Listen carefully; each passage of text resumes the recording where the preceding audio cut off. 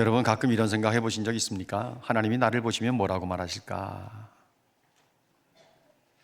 작가가 나의 전기를 쓴다면 나의 일생을 축약시켜서 한 줄로 표현할 때 뭐라고 말할까? 오늘 성경의 말씀을 보면 여호수아는 다윗 이후에 최고의 왕이었습니다. 오늘 2절 말씀에 보면 요시야는 여호와 보시기에,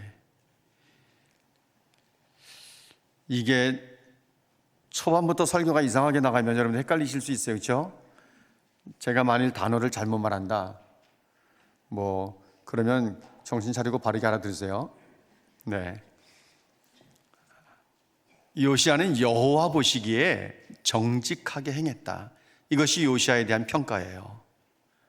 하나님 보시기에 정직했다, 거짓말하지 않았다, 이런 얘기가 아니라 하나님이 원하시는 하나님의 말씀대로의 삶을 살았다, 이렇게 평가하고 있는 겁니다. 그의 조상 다윗의 모든 길로 행하고 좌우로 치우치지 않았다. 왕들의 역사 가운데 하나님께서는 다윗을 가장 인정하시지 않습니까? 그래서 열왕기 사가들도, 왕들의 역사를 기록하는 성경의 저자들도 언제든지 다윗같이 혹은 다윗의 모든 길로, 이런 표현들을 쓰거든요. 어느 왕이 하나님 앞에서 바르게 했나 그렇지 않았나 하는 것을 평가하는 좋은 기준은 그가 다윗의 모든 길로 행했다, 다윗처럼 행했다, 이렇게 기록을 하면 그 왕은 하나님 앞에서 바른 삶을 살았던 왕입니다. 요시야는 좌우로 치우침이 없이 올바르게 곧게 자기의 갈 길을 갔던 왕입니다. 하나님 마음에 가장 들었던 사람이 다윗인데, 요시야가 그의 조상 다윗처럼 다윗이 행했던 그 길을 걸어갔다고 하는 것은 요시야에 대한 최고의 평가라고 말할 수 있습니다. 우리가 성경의 역사를 쭉 보면 북이스라엘은 19명의 왕들이, 남유다에는 20명의 왕들이 통치를 하는데, 그 남과 북을 통틀어서도요 좌우로 치우치지 않았다라고 하는 평가를 받은 왕은 요시야 한 사람밖에 없어요. 그러니까 요시야 왕이 하나님께서 인정하시는 다윗 이후에 최고의 왕이라고 우리가 말할 수 있는 것이죠. 다윗 이후에 성군으로 평가받고 있는 왕들은 여호사밧이 있습니다. 우리가 2주 전까지 말씀을 나눴던 히스기야가 있습니다. 그리고 또 한 사람은 오늘 성경에 등장하는 요시야라고 하는 왕입니다. 여호사밧, 히스기야, 요시야가 다윗 이후에 성군에 포함되는 3명의 왕들인데, 그 가운데 최고의 왕은 요시야입니다. 그는 좌우로 치우치지 않았습니다.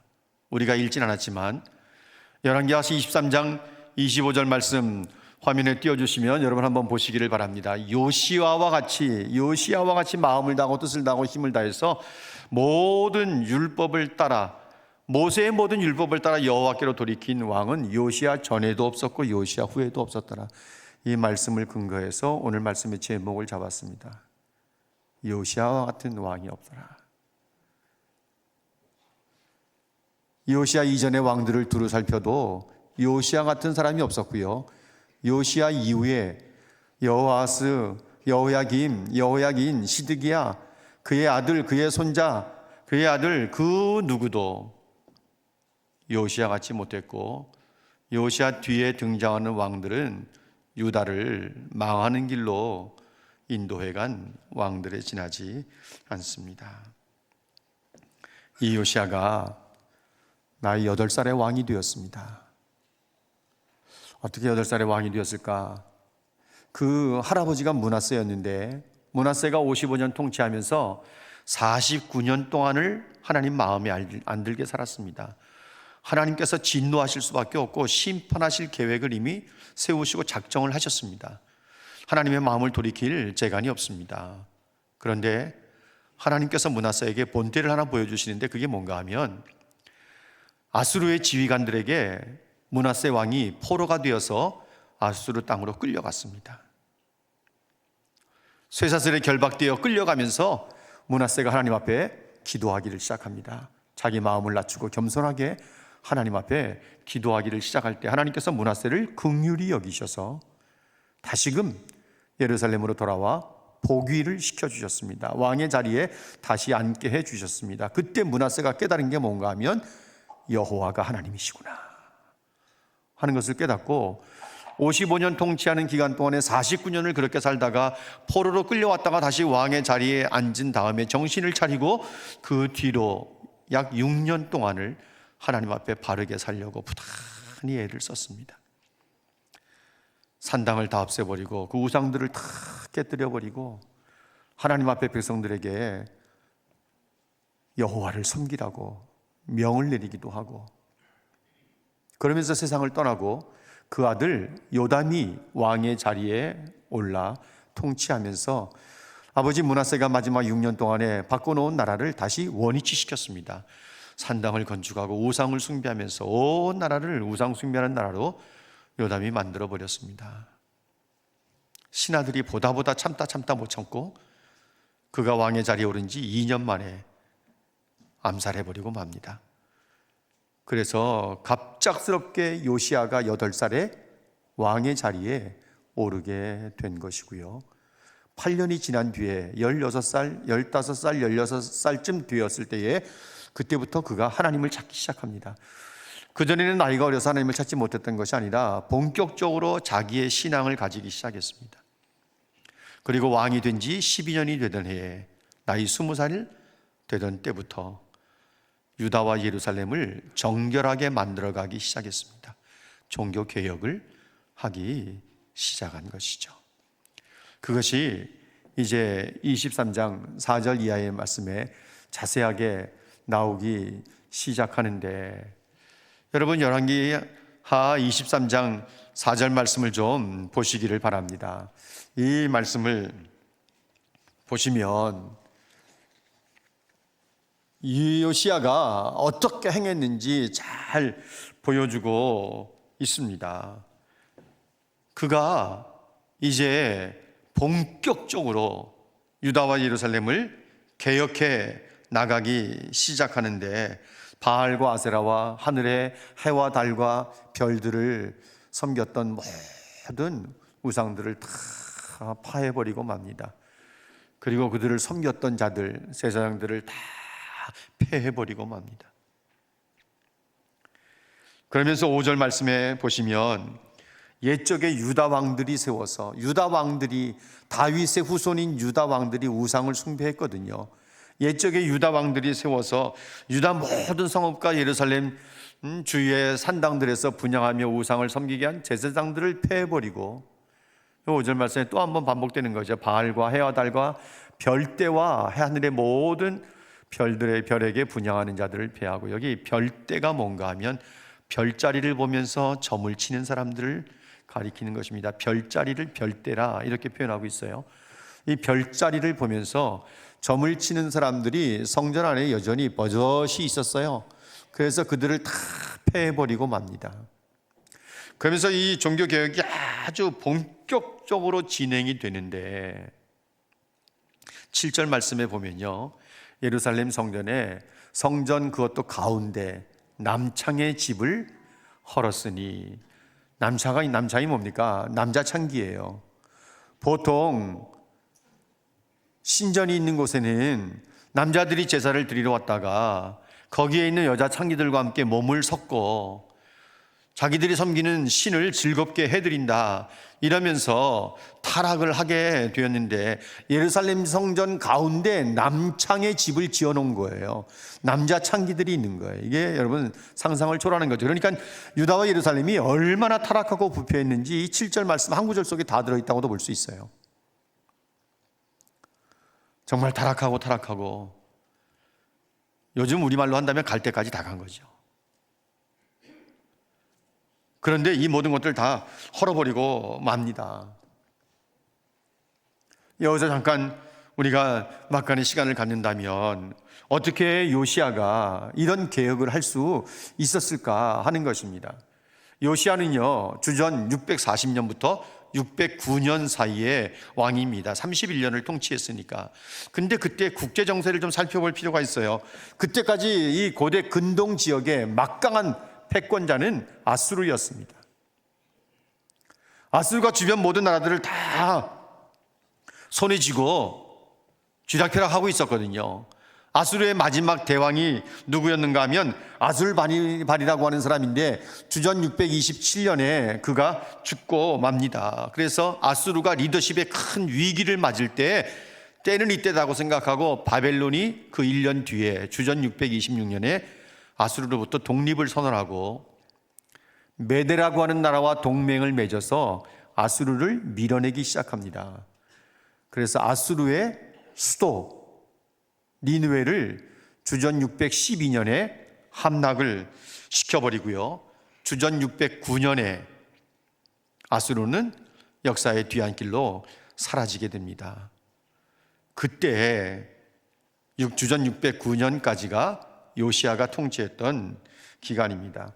그래서 바벨론의 세력은 점점 더 강해지는 가운데 아수르에 눌려서 길을 펴지 못하고 있었던 애굽이 꿈틀거리기 시작합니다.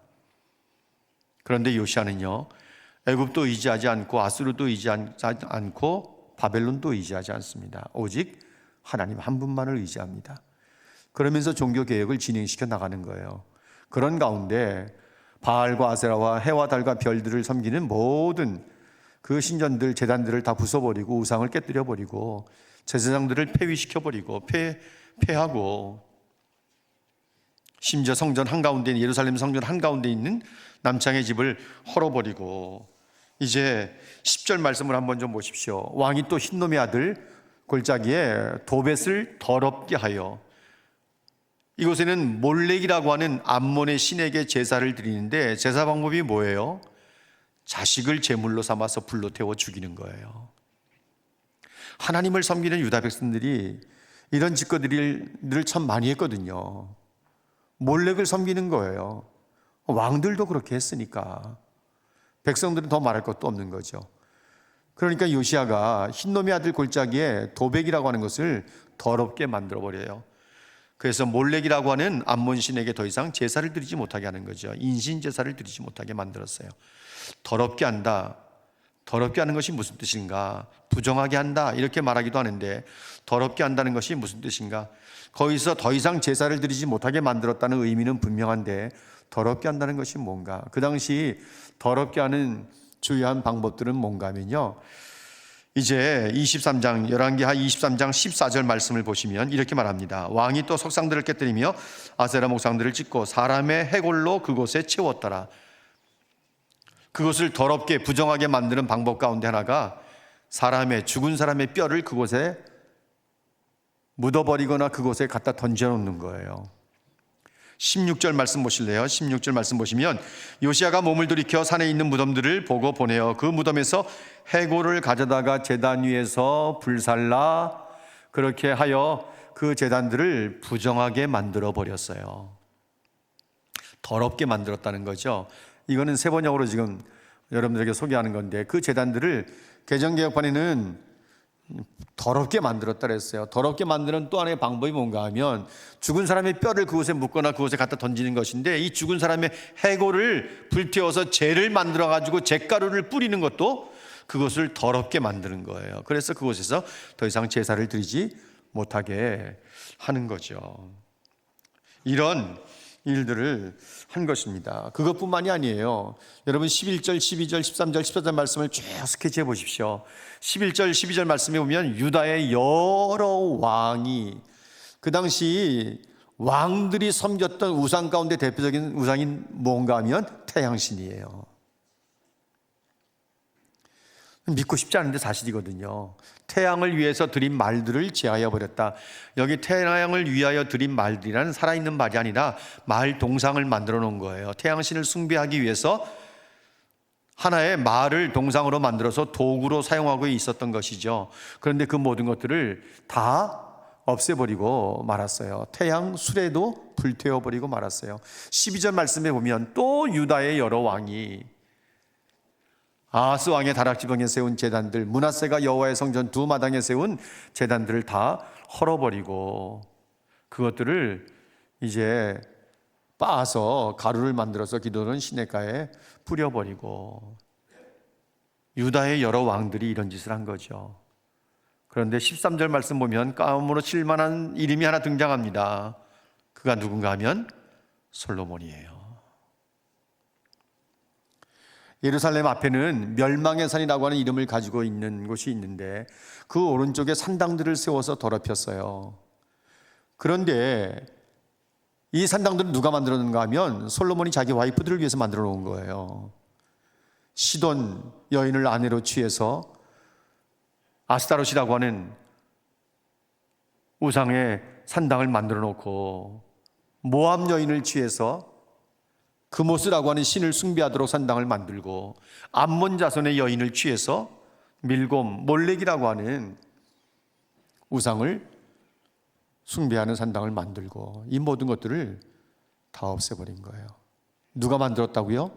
솔로몬이 만들어 놓은 거예요. 여러분, 기도할 때 내 자식 솔로몬처럼 되게 해주세요. 기도하지 마세요. 솔로몬 그러면 부자, 지혜로운 사람, 그것만 생각하지 이렇게 오만 가지 못된 짓을 다 한 왕인 줄을 몰랐죠. 솔로몬 같이 되면 정말 큰일 납니다. 하나님 나쁜 것 말고요, 좋은 것만 따서 솔로몬처럼 되게 해주세요. 뭐 그렇게 기도하는지 모르겠어요. 14절 말씀을 보십시오. 왕의 석상들을 깨뜨리고 아세라 목상들을 찍고 사람의 해골로 그곳을 채웠더라, 이렇게 말합니다. 여러분, 이 열왕기 저자가요, 요시야 왕을 얼마나 기다렸는지 몰라요. 요시야 왕이 태어나기를. 왜냐하면 930년쯤에 이스라엘이 남과 북으로 나뉘어졌을 때 북이스라엘의 왕이 된 여로보암이 금송아지 우상을 만들어서 베델과 단에 두지 않았습니까? 산당도 만들어 놓고 제단도 만들어 놨는데, 그때 한 예언자가 와서 세월이 지나면, 시간이 지나면 이제 다윗의 집에 요시야라는 아들을 낳을 거다. 그가 내 위에 분향하는 산당 제사장들을 내 위에서 제물로 바칠 것이고, 금송아지 우상의 앞에 만들어 놓은 제단에서 제사를 드리는 그 산당 제사장들을 제물로 바칠 것이라고 했고, 사람의 뼈를 내 위에서 살을 거다, 불태워 버릴 거다, 이런 예언을 했어요. 예언을 했는데 15절 말씀을 좀 보실래요? 15절 16절 말씀 세 번역으로 여러분들에게 소개를 합니다. 왕은 또 느바세 아들 여로보암이 베델에다 만든 제단, 곧 이스라엘로 죄를 짓게 한 그 제단과 산당도 헐었다. 그는 산당을 불태워 가루로 만들었고 아세라 목상도 불태웠다. 16절 말씀에 요시야는 또 산 위에 무덤이 있는 것을 보고 사람을 보내어 그 무덤 속에 뼈들을 꺼내서 제단 위에 모아놓고 불태웠다. 그렇게 하여 그 제단들을 부정하게 만들었다. 그래서 한때 하나님의 사람이 이 일을 두고 예언한, 몇 년 전의 이야기인가 하면요, 300년 전의 이야기예요. 여로보암이 금송아지 우상을 만들어서 베델과 단에 두었을 때 한 예언자가 예언했던 내용이 300년 전이에요. 그런데 300년이 지난 뒤에 요시야가 왕으로 나타나서 이 일을 하는 거예요. 금송아지 우상 다 부숴버리고 제단 다 부숴버리고 제사장들을 다 죽이고 태우고. 16절 마지막 부분이 중요해요. 다시 한번 화면 좀 띄워줘 보세요. 주님의 말씀대로 되었다, 이렇게 말합니다. 300년 전에 이름도 알려져 있지 않은 한 무명의 예언자가 예언한 말씀이 300년 뒤에 요시야 왕의 등장으로 어느 누구도 하지 못했던 금송아지 우상을 부숴버리고 제단과 산당을 부숴버리는 그 일을 요시야가 한 거예요. 말씀대로 이루어졌다, 말씀대로 되었다. 여러분, 요시야는요, 아수르의 세력이 약해진 틈을 타서 유다와 예루살렘만 종교개혁을 한 게 아니에요. 경계선을 넘어서요, 아수르가 지배하고 있었던 북이스라엘 땅에도 들어가서 모든 우상들을 다 철폐시켜 버렸어요. 그것이 역대하 34장 6절 7절 말씀에 나와 있는 것입니다. 므낫세, 에브라임, 시므온, 납달리 지파가 있는 그 성읍들까지 들어가서 우상을 다 없애버리고 말았어요. 놀라운 변화가 일어나게 되는 거죠. 이때가 요시아가 왕 위에 오른 지 18년이 되었을 때, 나이 26살에 이 엄청난 일을 했어요. 26살 계세요? 26살. 성우 몇 살이야? 어이구야, 28이구나. 26살에 요시아가 이런 삶을 살았던 것입니다. 한창 자기 권력 가지고 하늘 높은 줄 모르고 장난칠 수 있는 그런 나이에 요시아가 정신을 차려서 하나님 앞에 유다와 예루살렘뿐만 아니라 북이스라엘 땅 여러 지파 사람들까지 하나님 앞에 정신 차리게 만든 것이죠. 그래서 역대하 34장 8절 말씀에 요시아가 왕위에 있은 지 18째 해에 그 땅과 성전을 정결하게 하기를 마쳤다. 26살에 다 끝낸 거예요. 20살에 시작해가지고 26살에 6년 동안 나라를 완전히 새롭게 만들어 놓은 거예요. 여러분, 우리가 변화된 삶을 살고 싶은 마음은 있는데 그렇게 되지 않는 것은 마음은 있는데 행동에 옮기지 못하기 때문에 그래요. 또 행동에 옮기려고 하면 너무 아쉬운 것 같기도 하고 아깝기도 하고, 하나님보다 더 사랑하는 것들을 우리 곁에서 하나씩 하나씩 이렇게 끌어내고 잘라내고 떨어져 나가게 만들어줘야 되는데, 예수 믿는 사람들 가정에, 예수 믿는 사람들도 점 엄청나게 보는 거 아시죠? 절대로 심심뿌리 땅콩으로, 제가 지난번에도 말씀을 드렸는데 타로점 같은 거 보시면 안 됩니다. 하나님께서 참고 계시는 거예요. 얼마든지 그 자리에서 벌 주실 수 있는 거죠. 참으시는 거예요. 정신 차리고 돌아오기를. 북어대가리 매다는 거, 복주머니 출입구에 달아놓는 거, 입춘대기 이런 거 써놓는 거, 예수 믿는 사람들이 할 일이 아닌 거예요. 죄송하지만 여러분 집안의 장식장에 온갖 종류의 조그만 양주병들, 뭔 자랑이라고 그거를 자랑스럽게 내나요? 싹 다 없애버리세요. 없애버리세요. 그냥 딱 깨서 버리세요. 아니면 하수구에 다 버리시든지. 뭐가 그게 귀하다고 그 양주병을 수십 병씩이나 모아놓습니까? 다 없애버리세요. 정말 보기 안 좋아요. 하나님 기뻐하지 않는 것들, 오락이 되었든 뭐가 되었든 하나님 원하지 않는 것들은 없애버리세요. 정말 새로운 삶을 살겠다고 해보지만 악한 습관을 버리는 것이 정말 쉬운 것이 아닙니다. 그렇게 하기를 원하면 하나님 앞에 결단하고 성령의 도움을 받아야 돼요. 사랑하는 여러분, 우리가 바꾸기를 원하는 삶의 스타일이나 생활 습관이 있다면 주님께 말씀을 드리고 성령의 도우심을 받으십시오. 놀라운 일이 생길 것입니다. 변화는 찾아오게 될 것이고 심지어 얼굴 표정까지도 바뀌게 될 것입니다. 옆사람 한번 보시면서 표정 한번 바꿔볼까요? 얼마나 좋아요. 얼마나 웃기만 해도 벌써 달라지고 너무너무 좋은데, 여러분 자신의 생각과 말과 또 표정과 신앙과 삶의 습관들을 바꾸기를 원하면 하나님의 은혜를 구하시고 결단을 내리시고 금년에 여러분들의 삶의 일부분들을 새롭게 만드시면 얼마나 좋을까요? 요시아 이전에도 요시아 같은 왕이 없었고 요시아 이후에도 요시아 같은 사람이 없었다는 것을 생각해 보면 우리가 이렇게 적용할 수 있습니다. 참, 우리 교회 아무개 장로님 같은 분 없었어. 아무개 한수 집사님 같은 분 없었어. 아무개 권사님 같은 분 없었어. 아무개 집사님 같은 분 없었어. 아무개 성도님 같은 분 없었어. 이런 말을 들을 수만 있다면 얼마나 좋을까요?